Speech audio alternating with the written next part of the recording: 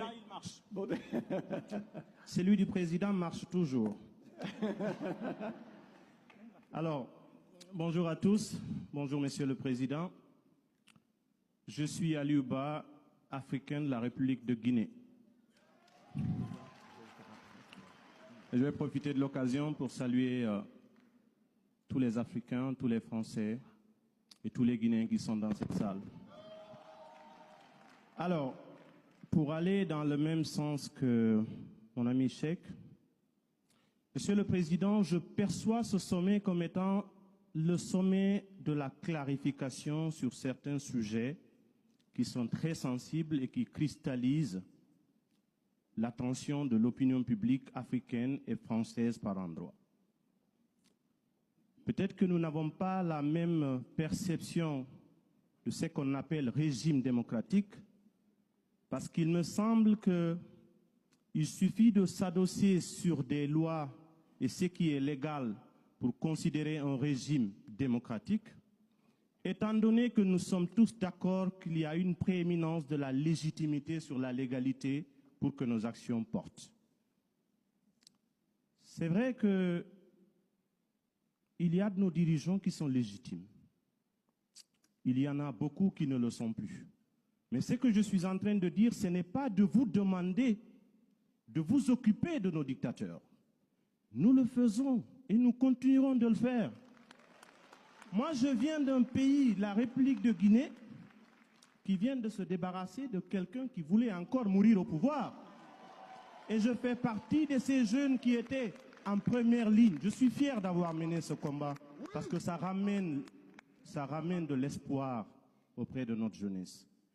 Ce que nous essayons de vous demander, Monsieur le Président, ce n'est pas de vous occuper de ces problèmes internes. C'est plutôt en tant que partenaire de refuser de collaborer et de considérer comme étant un interlocuteur quelqu'un qui utilise des voies, des manières subjectives, les tripatouillages constitutionnels pour rester au pouvoir. N'en faites pas un partenaire. Parce que habituellement, ce qui arrive, Monsieur le Président, on utilise beaucoup de la subtilité politique dans le langage. Aussi longtemps qu'on va continuer de traiter cette question au cas par cas, comme on le dit en Afrique, selon la tête du client, on ne s'en sortira pas. Ne voyez pas le Tchad différemment que le Mali, que la Guinée, que la Côte d'Ivoire. Sur cette question-là, traitons-la de façon transversale.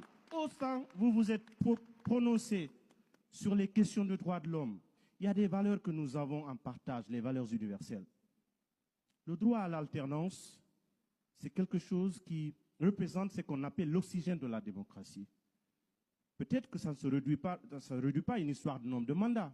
Vous allez peut-être dire que nous sommes, bien entendu, disposés à pouvoir gérer nos lois, définir le nombre de mandats. Nous sommes d'accord de tout ça. Mais encore une fois, je le réitère, il n'y a pas d'amalgame dans notre démarche. Il ne s'agit pas de dire à la France, empêchez que tel le fasse. Nous le ferons nous-mêmes, nous n'attendrons personne pour le faire à notre place. Nous continuerons de le faire, mais n'en faites pas des partenaires selon les cas en rapport avec soit des intérêts géopolitiques, des intérêts stratégiques, des intérêts militaires ou des choses comme ça. C'est ce que l'Afrique ne comprend pas et admettez avec nous que cette subtilité entretient la suspicion. Et ce que nous voulons rebâtir à partir d'aujourd'hui, Monsieur le Président, la confiance mutuelle, elle est fondamentale. Mettons de côté tout ce qui peut entraîner le préjugé, la suspicion, les petits calculs. Certes, c'est politique, mais des questions de ce type, nous, Africains, nous voulons que vous vous positionnez comme étant un partenaire qui travaille, un partenaire des peuples africains.